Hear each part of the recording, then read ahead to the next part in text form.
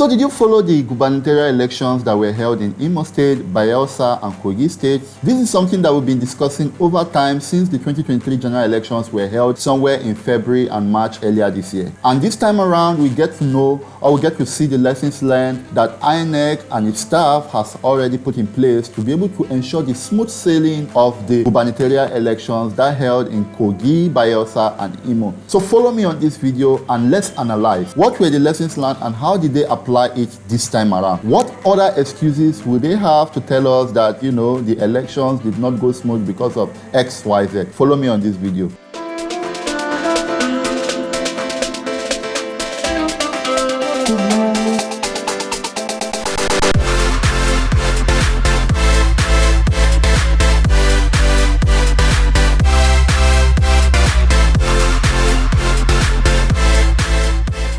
Hello viewers, welcome back to my channel. My name is Joseph Kabulu. Thank you for following me all through this series. I remain your host for this video and thank you. If you're yet to subscribe to my channel, please show me love, subscribe to my channel. A lot of you don't subscribe. You only watch my videos but you don't subscribe to my channel. Please, this is a call for your support. Please just press that subscribe button there and turn on the notification bell so that you follow me anytime I drop any of this series. Thank you very much. And if you're yet to like this video, please click the thumbs up button to show me love and to allow YouTube algorithm to do what it does best. Thank you. So this Saturday, 11th November 2023, the gubernatorial elections were held across Kogi State, Bayelsa and Imo. And there were a lot of reports that came in from these respective states concerning the smooth sailing of the elections. But so bad, upon what we are anticipating, we got to understand that elections did not really go down smooth. So if you check areas like Kogi State, where we got the PDP candidate, asserting a lot of accusations on the opposition party based on forgery,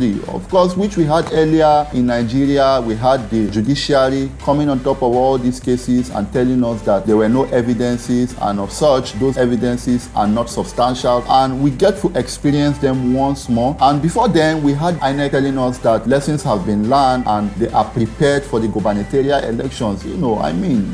Check this out, INEC. You cannot keep on doing one thing all the time and expect changes. It doesn't happen that way. This is a clear indication for INEC, Nigerian government, and even the judiciary to know that there needs to be a serious electoral reform on our electioneering activities. You cannot keep on bringing this type of processes and you expect that the risk behind those processes will not come into play. How can you bring analog systems all through from the beginning of your process in the elections processes itself down to the areas where even collations are taking place, and you expect the system to be transparent, you expect accountability to be played? It cannot work like that. Take a look at what happened in Imo State during the collations in the collation center, where Nigerians were making the whole process became a laughing stock before Nigerians. People fighting here and there, shouting, raising their voices, in the collation center. It doesn't really make sense, Nigeria. We need to go back to digital system. We cannot keep on having all these things, people going out to vote and then they will be having the fear for their lives. They will be having the doubts of their mandate being showcased in the results that they want to go and contribute to. You cannot keep on doing all these things. You'll be calling different representatives from different local government to submit their result sheet simply because you want to collate, and at the end of the day you have people challenging the result. When you have a real-time database capture system, especially where results are displayed electronically and they are displayed in real time, where you don't need anybody to be doing collations, where you don't need anybody to be filling in result sheet, these are the things that you keep on experiencing if you don't change the process. And that is why we are taking that pain to always sing about this every video that I drop. Nigeria, we need to change this system. We cannot keep on having this system. Look at developed countries. Look at other countries. Look at Kenya. Kenya adjusted their electoral system and they are enjoying the dividends, even though the results were challenged, but it did not pose a lot of risk the way we are seeing it right now in Nigeria. How long do we keep on having such issues, and then we have leaders who are not vast about technology, who are not even vast about change in trends? They always believe that this is the right processes to go. Having all these things in place even cost money. You understand? It's more cost effective than even having the digital system in place. What is the cost that Nigeria cannot shoulder? We can shoulder this. It's just that we have people on decision-making tables giving the shot and then mandating Nigerians Nigerians to go through these painstaking processes. It is unheard of. I don't know when we are going to change this. Look at what is happening in Bayelsa. Militants are there. The INEC staff get to think about their life. Look at the proximity of distance to get to some of those communities, some who are living in suburban areas, some of those people who are even living in the creeks. How do you reach them? You understand? We need to have these systems in place. The only thing that was introduced into our analog electoral system is the Beavers machine. You cannot snap result sheets and store them in Beavers, and then Beavers upload it to the INEC database, and you tell me that that is real-time result capture. Nigerians are way smarter than that. Go to other countries. Nigerians are doing exploit. Nigerians are developing other countries. They are the manpowers to other countries. And then you tell me that in Nigeria we cannot have that system in place. Somebody is definitely sitting on our decision-making table, hampering on the growth of our electoral reform system. So please, I'm not here to talk much on this episode. I just want us to see that these mistakes that we did during the February and March 2023 general elections are still there. In fact, if not even worse this time around, it is blunder. So I don't even know what to categorize this result. You can see that the Imo State have already declared the final result, asserting that the APC gubernatorial candidate Uzodinma is the winner of the elections. So we still get the opposition parties going back. Definitely they want to challenge the result. Labour Party and even PDP has vowed that they are going to challenge that result, and you still see the judiciary system coming back and telling us that they need evidences.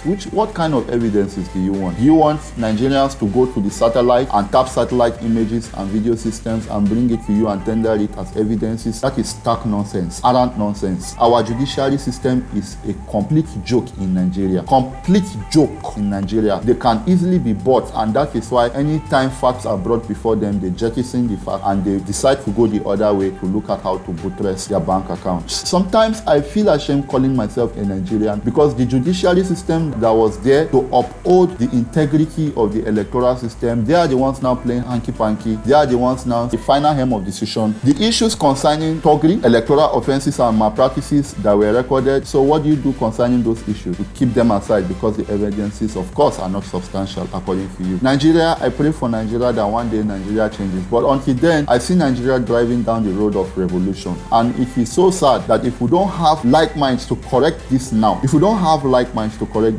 going to be a very big embarrassment all over the world globally. Already in the world, our elections are now a joke because INEC doesn't want to change the system. How will you come back and tell the whole Nigerians that you are switching from analog to digital, and at the end of the day, the analog system was what were put into place during the last elections? This is a very big shame and embarrassment. So I'm sorry to say INEC is a big joke in Nigeria. Nobody believes in INEC anymore. And right now, the way it seems, nobody wants to grow because why? Their bank accounts are getting bigger and fatter every day. So this is the sad reality of Nigeria. We have processes in place that nobody is abiding through. We have a lot of things in place that could have made our systems more stronger and healthier, but nobody is abiding through it. Nothing is being abided through. You can see the supplementary budget that was just released just this last week. The supplementary budget carried a lot of discrepancies that if I want to start analyzing it, this video will not be enough for us to analyze it. But this is just a call for government officials, INEC and the judiciary system to know that Nigerians are watching. We are all watching. So until this causes a catastrophic event, maybe something better will come to Nigeria. But until then, did I provide value for you in this video? Please show me love by subscribing to this channel. Please, a lot of my viewers only view my videos, but you have not subscribed. Please, your subscription to this channel will go a long way supporting me to provide quality content on what we do on this channel. It will also help my videos to go to large extent to viewers who also need to see this and become aware of what they need to be aware of. So please show me love by subscribing to this channel. This is a verbal solicitation, please, and I will truly appreciate. And of course, hit the thumbs up button so that YouTube algorithm can also expand the reach of this video to other persons who ought to read this. So thank you very much for watching today's episode.